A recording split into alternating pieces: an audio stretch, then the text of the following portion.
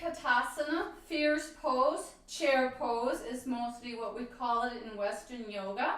We're going to stand in Tadasana, all the cues that you have learned from Tadasana. Inhale, extend arms overhead. Remember, Urdhva Hastasana. Exhale, bend the knees. Now, when I do Utkatasana, I keep my feet together. You could also be hip distance. We talked about Tadasana as a possibility, having it be hip distance. It gets a little wobblier here. When you have your feet together, big toes are touching, there's a little gap between the heels, you can press the knees together and that really stabilizes the pose.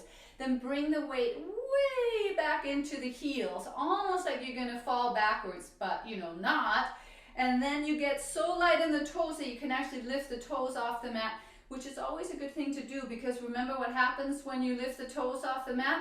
The arches engage. So then you can lower the toes, feather light on the mat, and then sit even lower. Okay, I'm going to turn to the side so you can see what I'm doing here with my pelvis.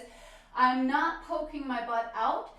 I'm also not actively tucking it under, but I am tucking it, shall we say, 5%. Yeah?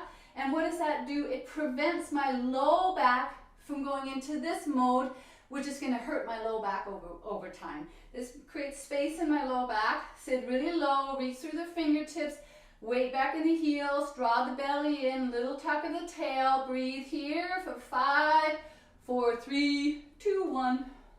Tadasana.